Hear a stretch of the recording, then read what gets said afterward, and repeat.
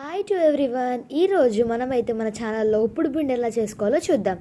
ఇదైతే తెలంగాణలో చాలా ఫేమస్ అనమాట.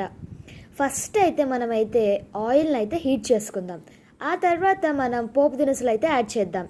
ఆ తర్వాత ఎల్లిపాయలు కూడా యాడ్ చేసుకుందాం. ఆ తర్వాత పచ్చిమిర్చి ఇంకా కరివేపాకు యాడ్ చేసుకొని ఫ్రై చేసుకుందాం. ఆ తర్వాత తగినన్ని నీళ్లు పోసుకుందాం.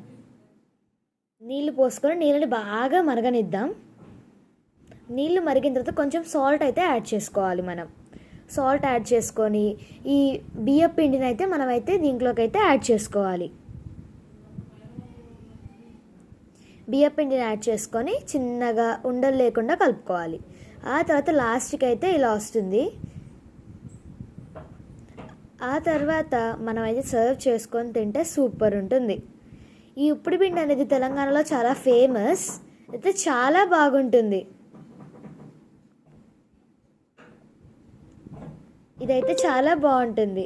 ఇది మనం పాలల్లో కూడా తినొచ్చు. Subscribe to our channel.